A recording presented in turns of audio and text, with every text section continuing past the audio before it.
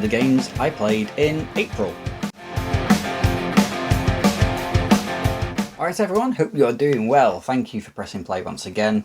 I'm Man Nicole, Pixel Paul, and this is the video of the games that I played in April. Now, it could be quite a short video this one, because truth be told, life has got in the way this month, or last month. Yeah, I don't feel like I've played quite as much as maybe I would have done in other months. That being said, I think what I have played, I probably played more of, if that makes sense. So let's get into it. I'll show you what I played last month. So it's been a bit of a mixed bag this month, I must admit. We had the gaming market in Bolton, and I picked up a few games from that. And yeah, I'll show you the two that I've played from that first. 1 second. So,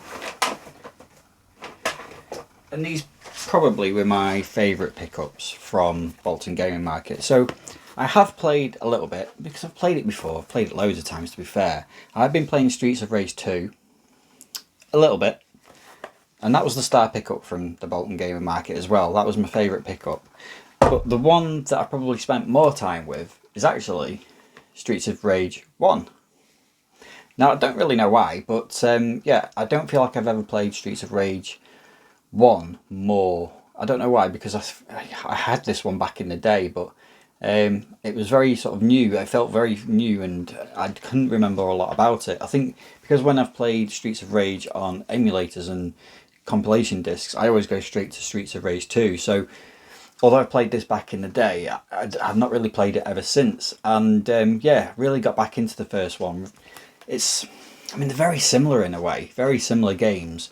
Streets of Rage 2 just has probably that extra graphical sheen to it. Sprites are a bit bigger, music's better, just about, and you also have that, you know, the sort of special power as well, that's slightly different. So in Streets of Rage 1 you have the police car that turns up and shoots the bazooka, whereas in Streets of Rage 2 you have the individual kind of different abilities, if you like.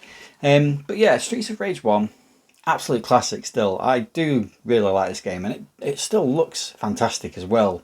Is it the third or fourth mission? I can't remember, when you're walking along the beach, and you have like the sort of rain or the water from the sea kind of splashes onto the beach. It looks very crude, it looks very basic, but it looks great as well. It just makes it sort of stand out. And yeah, I love Streets of Rage 1. But I do love Streets of Rage 2 as well, so that will probably be May's main sort of Mega Drive game, but for April, I played through this one. Cheers everyone. So as far as retro goes, that was pretty much it actually last month, sadly. Moving on, slightly retro I guess, PlayStation 2, so I played through 1945 on the PS2, so it's 1 and 2, but I think I just played 1. But that's alright, it's not a bad sort of conversion of it in a way. I was quite impressed with it. Never really, I think I've played through 1945, the original version, years and years and years ago, but didn't really remember much of it. But yeah, top-down shooter, good fun that one, enjoyed that on PS2. And then I also did start, and this one I was pleasantly surprised with. So again, this was a gaming market pickup.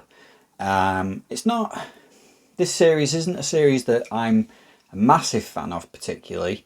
I did like X or 10 on the Super Nintendo. That was a great game. But yeah, I wasn't too sure about this one, but it was one of those games that I sort of took a bit of a punt on, and that was Mega Man X7. I'm assuming 17. I don't know. I don't know much about the sort of backstory and lore to the Mega Man games. All I know is, you know, that's Mega Man, and that's about it. I know there's loads of different characters now, but yeah, I was pleasantly surprised with this one actually. It's kind of a mix of 2D platforming action mixed with a little bit of kind of almost 3D action as well. So yeah, it wasn't too bad. I wasn't expecting it to be quite as good as I thought it was going to be, if that makes sense. But no, it was alright. I've not played through it all yet, I've not finished it.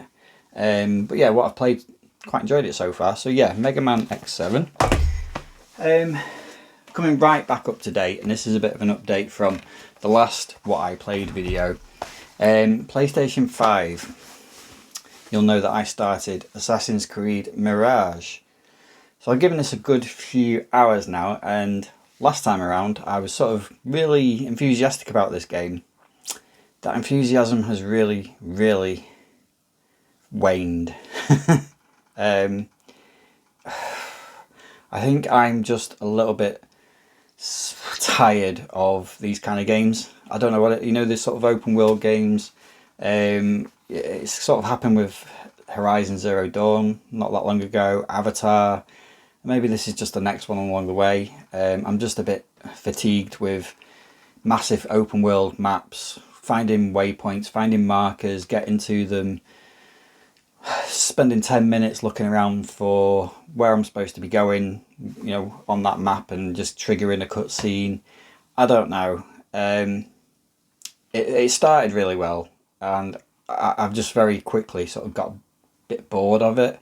I kind of got to, like, I think it's Baghdad, isn't it? And yeah, it just seemed to go back straight into sort of just, very sort of familiar territory. And I was saying last time, it was a lot like Assassin's Creed 2. And I absolutely adored Assassin's Creed 2. It's one of my favourite Xbox 360 games. But Mirage, I don't know. Again, it's one of those games, maybe I've just not been in the mood for it. But it's kind of gone on the back burner. It's just another PlayStation 5, another current gen game, which is just kind of, I've started and I've drifted from, and I'm struggling to get into it. So I don't want to say disappointed with it, but I'll persevere and see how much further I can get into it. But Assassin's Creed Mirage, it's not a bad game. It's not a bad game at all. So Xbox 360, I did have a go of another recent pickup, Earth Defense Force 2017. This is more like it. It's just, this is amazing to say, really. You compare it to a modern game like that, and then this. But this is just pick up and play, score attack almost. It's just maybe a bit more what I need at the moment. So I enjoyed jumping back into that one. Again, haven't finished it or anything like that, but it was nice to just revisit it because, like I say, it's just simple shoot, aliens, bugs, UFOs, all that sort of thing, robots. And yeah, I just quite enjoyed getting back into that one. It isn't quite as good as the PlayStation 2 version, I didn't think, but it certainly looks a lot prettier, just about, because it's a very basic looking sort of game, very basic looking series in a way. But yeah, enjoyed that. And then I got caught up in the hype for the new Tron film. So the new Tron Ares trailer came out a week or two ago, I think it was, and immediately I was listening to the Tron Legacy soundtrack again. I even watched the first Tron again, and why not complete the sort of entertainment corner of Tron and have a go of a game as well. And I did play Tron Evolution a little bit. It's not a great game. It's like a third-person adventure sort of platform, jumpy kind of game, but it's a pretty basic game. It looks amazing. It looks like Tron Legacy, like you would imagine. But yeah, I remember back in the day playing this. I think I did finish it back in the day. Certainly didn't finish this time. I just had a quick sort of half an hour on it. And yeah, it's all right. It's a very pretty looking game. Like I said, it looks just like the movie. Yeah, I just wish they'd make a really good Tron game. I'm sure they could have made something just a little bit better with that franchise. But anyway, yeah, Tron Evolution, Xbox 360. Now, the next one is a Nintendo Switch game. Which many of you will know anyway, that the Nintendo Switch hasn't been my sort of first choice console in this generation. I don't tend to buy a huge amount of games for it, and I've not been playing a huge amount of games for it. If I do use the Switch, then I tend to be on the Switch Online service, playing on the Game Boy stuff, the NES stuff, Mega Drive, the SNES, anything like that. I love all that on the Switch, and that's been for me the only reason for me to sort of pick it up, apart from one or two other games as well: Metroid Prime Remaster, Metroid Dread, Mario Odyssey, Luigi's Mansion, bit of Mario Kart. And there's been one game which we got ages ago. I did play it a little bit when we first got it, but I don't know, I just didn't gravitate towards it. But it's been on my mind to sort of jump back into it, and now I have. I'm really, really enjoying it. Super Mario Brothers Wonder. And yeah, obviously this came out absolutely ages ago, but it's only now where I've sort of really given it some proper time, and I'm really enjoying this now. Yeah, of all the Switch games, it's one of the ones. Is it in my top? It is in the top 5 easily because, like I say, I probably named the other 4 games there. But yeah, this is up there. I've really, really enjoyed it this time round. It's very different to sort of other 2D Mario games. It's very different, and yet it's very familiar as well. There's a lot of things in it which are kind of brand new ideas, which I quite like.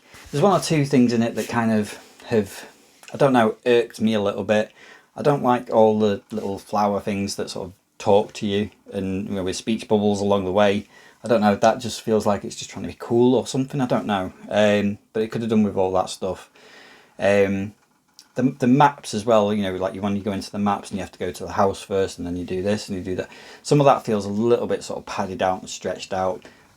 It's minor things, really. It is a really good game, actually, Super Mario Bros. Wonder. I don't know why it really didn't grab me to begin with, in a way. But this time, certainly, yeah, it definitely has grabbed my attention. Right, moving on to PlayStation 3, and I have been playing this one on and off for the last few months, actually, just because I really enjoy it, but I kind of tend to do it in very short, sharp bursts, maybe like a mission every time I play it. I'm playing other games as well, so I don't know, I just haven't been able to kind of sit down and just play it all the way through in one go.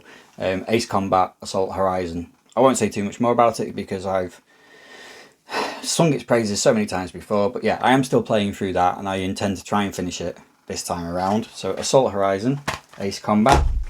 I've managed to play a little bit of PSVR as well, finally. I didn't do any last month, but this month I've tried 3 games out. So grab those.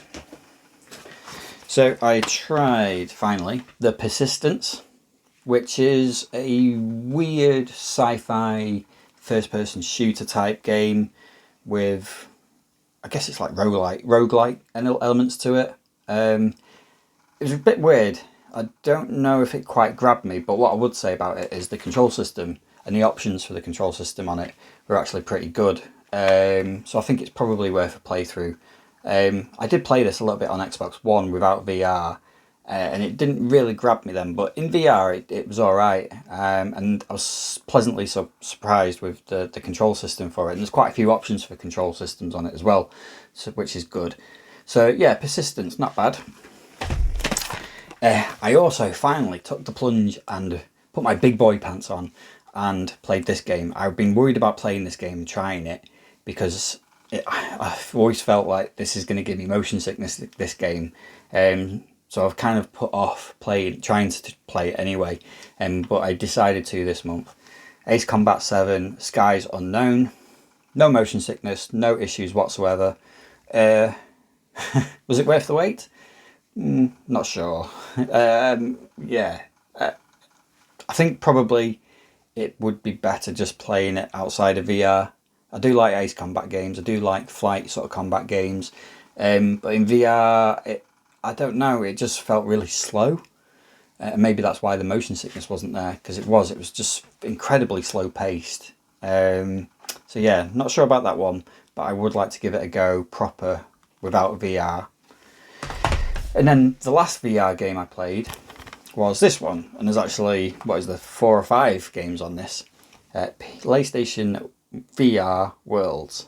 So essentially this is basically like a demo disc or a showcase disc for VR, and what is on there is quite good actually. So I think I've played most of them. The only one I haven't played was Scavenger's Odyssey, which is like it's a bit of a sci-fi flight type thing, so I've not played that one, but all the others I've played through. So I played through Ocean Descent, which is quite good. You don't actually do much, and with a lot of these you don't tend to do much. All you are kind of doing is just standing there with the headset on and moving your head for a lot of these, so which is fine. It's just an early showcase for the VR, but yeah, Ocean Descent was quite good. There's a specific sort of chapter in it where it's like called Shark Attack, So and you're basically in a shark cage being lowered down a sort of trench under the water. You can do it without the shark attack and just take in the sights as you go deeper and deeper into the ocean, which is quite relaxing. It's quite nice. But there is another version of it where there is like a shark encounter as well, so that's quite good. I also played VR Luge. I don't know how you pronounce that, but it's basically where you kind of race down mountains on a board on your back like that, and your feet first, and you basically steer by moving your head, and that's all right. It's not too bad. Quite fast, and quite takes a little bit of getting used to. Although all you're doing is moving your head, you have to do it very sort of gently. It takes a bit of getting used to, but it's not too bad. That I quite enjoyed that. There was also London Heist. I'll show you the back, but you probably can't see too much of that. So there's also London Heist, which I guess is almost like a bit of a preview of Blood and Truth. It's very similar to Blood and Truth in a way. Again, there's a lot of just sort of sitting there, cutscenes, that sort of thing, watching them, being part of them. There's a bit of shooting as well. The very last part of London Heist, and it only lasts for about 20 minutes, if that, maybe something like that, is you are in a car shooting bikes and shooting other vans and things like that. Whilst travelling in this van, and that's quite good. Again, it's a bit like Blood and Truth, but yeah, that's not too bad. And what was the other one? Now, the one game on here, which I've played quite a bit, over and over actually, was a game called Danger Ball. Now this one is quite hard to explain, but it's very addictive and a lot of fun. And of all of these games on here, you feel like that could be like a full proper game if you wanted it. You could get a full game out of that. So basically you are in kind of like a bit like Tron. You're in sort of like a game grid in sort of the same sort of like neon lights everywhere, and there's a ball in the middle, and you're in kind of like a square tube, and essentially you kind of use the VR to move a square cursor through this square grid, if you like, or your goal almost. And then at the other end there's like a computer controlled square as well, but there are different kind of characters as well. So there's like squares that are kind of paired together and they move together, and then there's another one where there's like two lines like this and they kind of move like that, and they hit the ball back to you, and basically all it is just pinging the ball, boom boom boom, back and forth between each other, trying to score past the computer controlled character. Sounds basic, but it is, and that's probably where VR comes into it. When you have a basic game like that, it feels like so much fun, and you move the cursor with your head, and you can give power to it by like heading it like that. And it's just really good fun. I really enjoyed Danger Ball. I think I've got to round 5. I've not got past round 5. And it is just one of those games where it's like, oh, I'll give it one more go. Let's try and get past that round. So of all the games on there, on VR Worlds, Danger Ball, I really enjoyed that. Right, the last few games to go through. One last physical game, which I will grab out now. So again, a recent pickup. And I picked this one up with the intention of playing it as well, because I knew after sort of getting bored with Assassin's Creed Mirage, if there was one game I was definitely going to play if I picked it up, it was this one. And I'm fully engrossed into this game now. God of War 3 Remastered. Loved it when it first came out on PlayStation 3. Loved it when I think I did actually play the remastered version of this on PS Plus many years ago. So yeah, enjoyed that as well. But now I've got it physically and I am playing it once again. It's more God of War. It's more old school God of War, and I just absolutely love it. And I will be finishing this game. I will be playing it and I will be finishing it. Because that's my kind of game. I love games like this where it's all very laid out in front of you. I suppose maybe it's simple in a way, but it's all laid out in front of you. It's epic, it's big, it's brash, it's bold, it's booming, and it's just simple to play. It's just button bashing, and after a hard day at work, what more do you want? That's what I'm after at the moment. So yeah, God of War 3 Remastered. It looks amazing. It still looks great as well. I mean, the original looked brilliant. All the God of War games look brilliant, but this remastered version of it does look good. And I was really happy to pick this up. I got it for $7.99. The PlayStation Hits games do usually go down to $7.99. I just noticed though, in the last couple of days, that all of the classic PlayStation Hits games have gone back up to that full price of $14.99 again. So if you didn't grab it this time, bide your time and find a copy for $7.99 when they all get reduced again in a few months' time, because it is worth it. It's a good one, that one. Right, so those were the physical games.